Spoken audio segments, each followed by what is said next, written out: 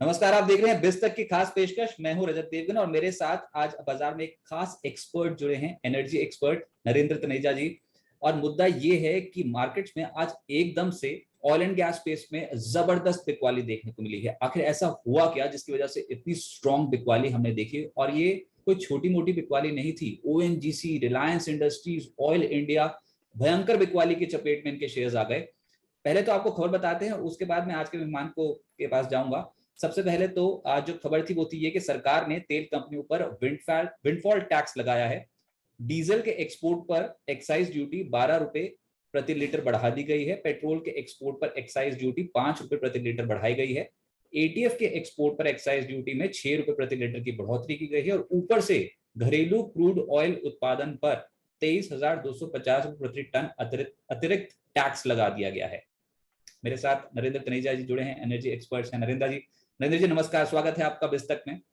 Thank you sir, ये एक तो खबर को थोड़ा डिकोड करना पड़ेगा हमारे व्यूअर्स के लिए आम भाषा में।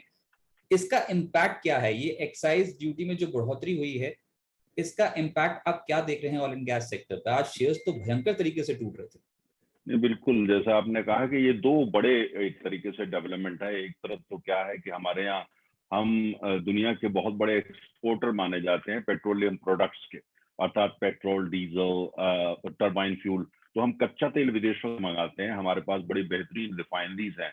हम यहाँ उसका रिफाइन करते हैं, कच्चे तेल से पेट्रोल, डीजल, टरबाइन फ्यूल वगैरह बनाते हैं और उसका 106 देशों को निर्यात करते हैं। अगर आप हमारे एक्सपोर्ट्स को देखिए तो उसकी बहुत बड़ी भूमिका है। जैसे हमारे आईटी के एक्सपोर्ट्स हैं, हमारे ज्वेलरी, डायमंड्स हैं, उसी उसके लगभग बराबर की टक्कर के एक्सपोर्ट हमारे पेट्रोलियम प्रोडक्ट्स होते हैं। पूरे विश्व में जाते हैं। बड़े बड़े अमेरिका, स्वीडन, जर्मनी, हमारे भारत में बना हुआ जो पेट्रोल डीजल वहां बिकता है। अब जाहिर है, जब तेल की कीमतें बढ़ी हैं तो थोड़ा सा जो है पूरी दुनिया के अंदर आज जो है कच्चा तेल की इतनी बड़ी दिक्कत नहीं है, लेकिन पेट्रोल डीजल की दिक्कत हो रही है। क्योंकि यूरोप में जो तमाम रिफाइनरीज हैं वो या तो वो बंद हो गई हैं या उनकी रिफाइनरी जो कैपेसिटी कम हो गई है।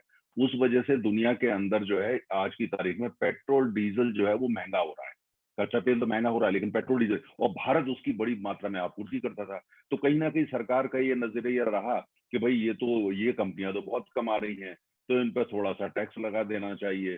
पहले ही टैक्स लगा हुआ था और लगा देना चाहिए।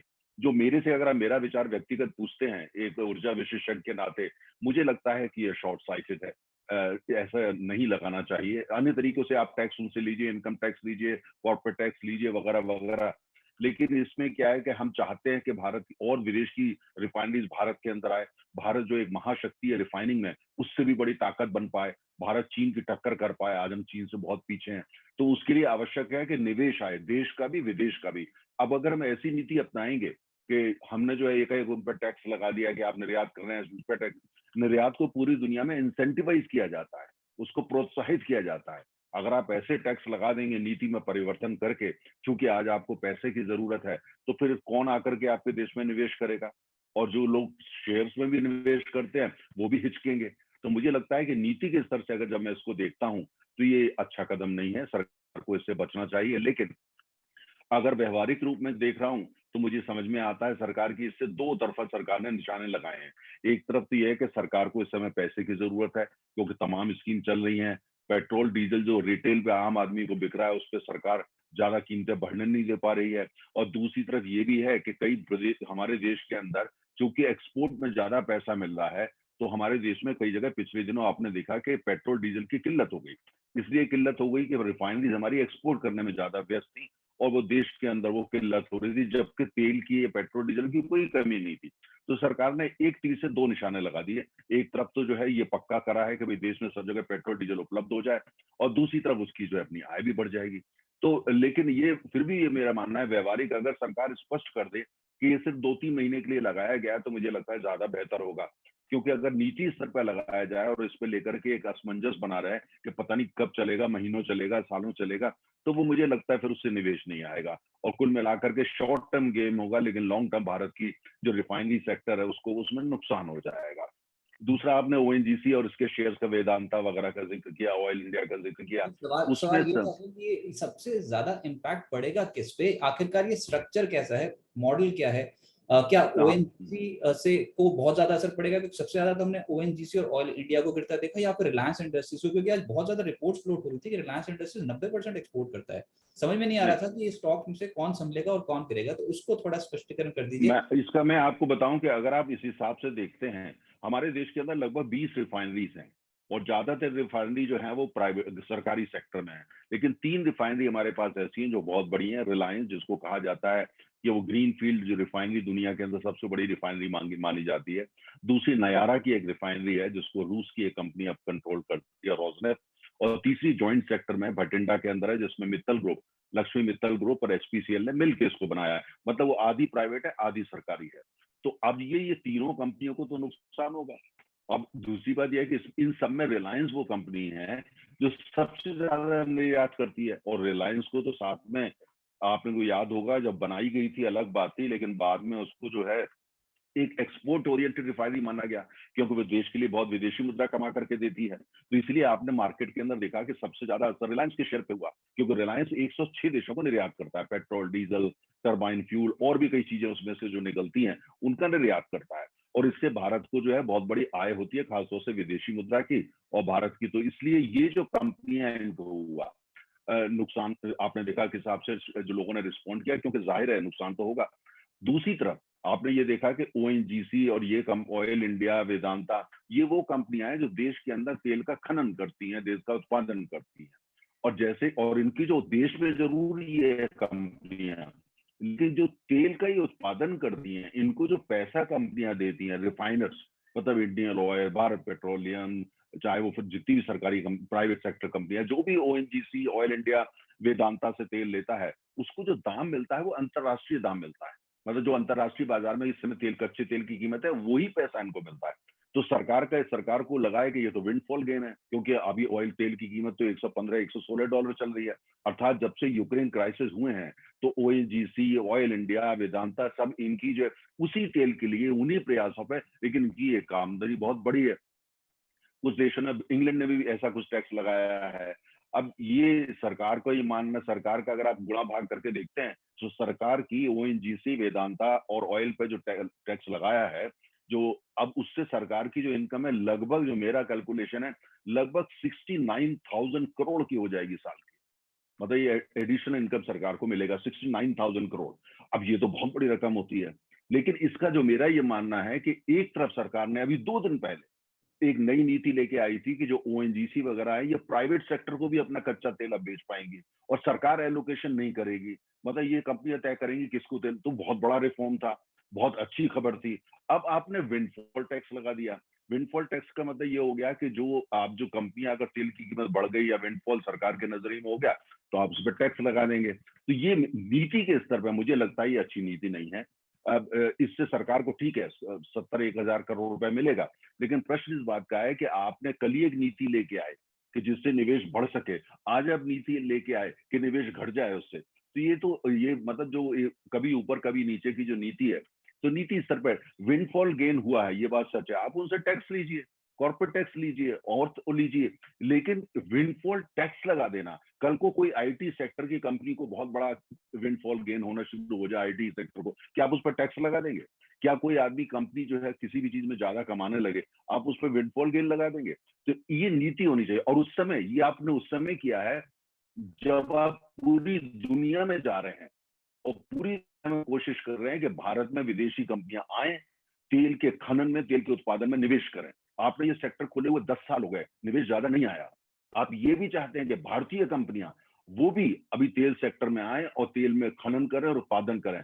और लेकिन अगर आप ऐसे टैक्स लगा देंगे, तो कौन आकर के आपके यहाँ निवेश करेगा? तो हो सकता है सरकार की इनकम हो सकता है थोड़ा शॉर्ट टर्म गेन हो जाएगा, लेकिन मुझे लगता है कि लॉन्ग टर्म जो नीति होनी चाहिए, नीति में उस पर ध्यान रखना चाहिए। अब इसमें पेट्रोलियम सेक्टर तो ये रिफॉर्म्स कर रहा है, पेट्रोलियम सेक्टर तो लगा हुआ है कि निवेश आए, भारतीय निवेश भी आए, भी आए, पर वित्त मंत्रालय तेल सेक्टर को दूसरे नजरिए से देखता है, वो टैक्स लगा देता है। तो मुझे लगता है पेट्रोलियम मिनिस्ट्री में और वित्त मंत्रालय में आपस में बातचीत, इसमें समन्वय होना चाहिए, क्योंकि ये जो आज कदम उठाए गए हैं, वो पेट्रोलियम सेक्टर के लिए तो अच्छी खबर नहीं है, निवेश नहीं आएगा। और कुल मिलाकर अगर निवेश नहीं आएगा, अंततः आज नहीं, 2 साल 4 साल बाद सबसे बड़ा नुकसान किसका होता है? उपभोक्ता का होता है। और सर इसको अब अगर अर्निंग्स पे क्वांटिफाई किया जाए तो अगर आप कुछ वैसा बता सकते हैं कि अर्निंग्स पे इसका कितना इम्पैक्ट डल सकता है, स्पेशली क्योंकि ब्रोकिंग हाउसेस रिपोर्ट्स आ रही हैं, वो तो कह रहे हैं कि मार्जिन बहुत जबरदस्त तरीके से हिट होते हुए नजर आएंगे। अच्छा, हमने तो रशिया से भी सस्ते में तो क्रूड उठा लिया ना, तो वो कहीं ना कहीं संभालने की कोशिश नहीं करेगा क्या? नहीं, देखिए, जो रशिया से तेल उठाया है, हम तो रशिया से ज्यादा तेल मंगाते नहीं है। अभी तक तो 2% मंगाते थे। पिछले दिनों हमने वहां से ज्यादा तेल मंगाया और आसानी से मंगा लिया। तो रूस का बहुत सारा तेल जो है वो हाई सीज पे था, मतलब समंदर में था। वो पश्चिम के देशों को जाना था, अमेरिका को जाना था, वहां गया नहीं। वो उपलब्ध था, हमने हाई सीज पे, मतलब समंदर में उसको खरीद लिया, भारत लेकर के आ गए। लेकिन आने वाले समय में तो रूस ने संकेत दिए हैं कि वो ज्यादा सस्ता तेल नहीं देगा। हमारी कंपनियां बीपीसीएल, एचपीसीएल रूस गई थी पिछले दिनों, और रूस ने सस्ते दाम पे तेल देने से मना कर दिया। इंडियन ऑयल को देने के लिए हाँ भी कर दिया। तो रूस भी एक सीमा के बाद जो है सस्ता तेल तो नहीं देगा, वो भी अपना वही चार्ज करेगा कि वो, उनको भी उससे पैसा कमाना है। तो मुझे, कंपनियों को नुकसान होगा, कंपनियों की जो बॉटम लाइंस हैं उनको वो नुकसान होगा। और दूसरी बात यह है कि जो हमको ये समझना चाहिए कि यही तेल की कंपनियां, यही ओएनजीसी, यही वेदांता, यही ऑयल इंडिया, सरकार की कंपनियों की मैं बात कर रहा हूँ। आपने देखा 2020 में जब कोविड आया है, तो तेल की कीमत तो $0 हो गई थी ओक्लाहोमा में, 6 घंटे के लिए $0, है ना। और $2, $4, $10, तो इन्हीं कंपनियों को हैवी नुकसान भी तो हुआ था, जबरदस्त नुकसान हुआ था। और क्या गारंटी है कि आने वाले समय में इनको नुकसान दोबारा नहीं होगा, या तेल की कीमत वापस जो है $20 नहीं जाएंगी। अगर जिस तरह रिन्यूएबल में इन्वेस्टमेंट हो रहा है पूरी दुनिया में, पूरी दुनिया वैकल्पिक ऊर्जा पे जा रहा है, तो 10 साल बाद ओएनजीसी क्या कमा के देगी? तो इसलिए इसलिए मुझे ऐसा लगता है कि ये एक लॉन्ग टर्म व्यू लेना चाहिए था। और आपको नीति बना के, अभी हमारे देश के अंदर हमारी जो निर्भरता है आयात पर, तेल की आयात पर 85% है। क्यों है? पहले 50% होती थी, आज 85 है। कारण कि हमने जितना निवेश देश में करना चाहिए था, जितना खनन तेल का देश में हमने नहीं किया, हमारी निर्भरता विदेशी में बढ़ गई। अब अगर जो नीति हम ऐसे लेके आ रहे हैं कि आपको तो विंडफॉल गेन हो गया, आप पे टैक्स लगा दो, मतलब आपको आपको प्रोत्साहन देने की जगह जो है उसको एक तरह से सजा दे दी जाए, तो फिर नतीजा क्या होगा? हमारी जो निर्भरता आयातित तेल पे और बढ़ेगी। कौन आकर के आप क्या निवेश करेगा? तो मुझे लगता है कि मुझे ये बात समझ में आती है, इस समय सरकार का पैसे चाहिए। सरकार आम उपभोक्ता को, जो अंतर्राष्ट्रीय बाजार में तेल की कीमत बढ़ रही है, उससे बचाना चाहती है, इंसुलेट करना चाहती है। कि जब सरकार की जो नीयत अच्छी है, कोई बुराई नहीं है, लेकिन प्रश्न इस बात का है कि जो नीति स्तर पे हम, सरकार का जिम्मेदारी होती है कि लॉन्ग टर्म भी साथ में सोचे। और लॉन्ग टर्म जब आप सोचते हैं तो फिर आप जो है ऐसा नहीं करेंगे। दूसरी, अब जो टैक्स लगाया गया पेट्रोल डीजल निर्यात पे, हमारे देश को 4 बड़ी रिफाइनरी की आज आवश्यकता है, 4 बड़ी। अगर हमने जो है, नहीं तो वो समय आ जाएगा हमको तेल, पेट्रोल डीजल भी आयात करना पड़ जाएगा। थोड़ा बहुत तो अभी भी करते हैं। तो अब उसके लिए 4 रिफाइनरी आपको चाहिए। रिफाइनरी लगाने में खरबों डॉलर लगते हैं, और हम कोशिश कर रहे हैं सऊदी अरामको, सऊदी अरब से आके यहाँ लगाए, आबू धाबी की कंपनियां लगाएं। हम चाहते हैं एक्सॉन मोबिल आकर के भारत में निवेश करे, रिफाइनरी लगाए। 4 रिफाइनरी हमको चाहिए जल्द।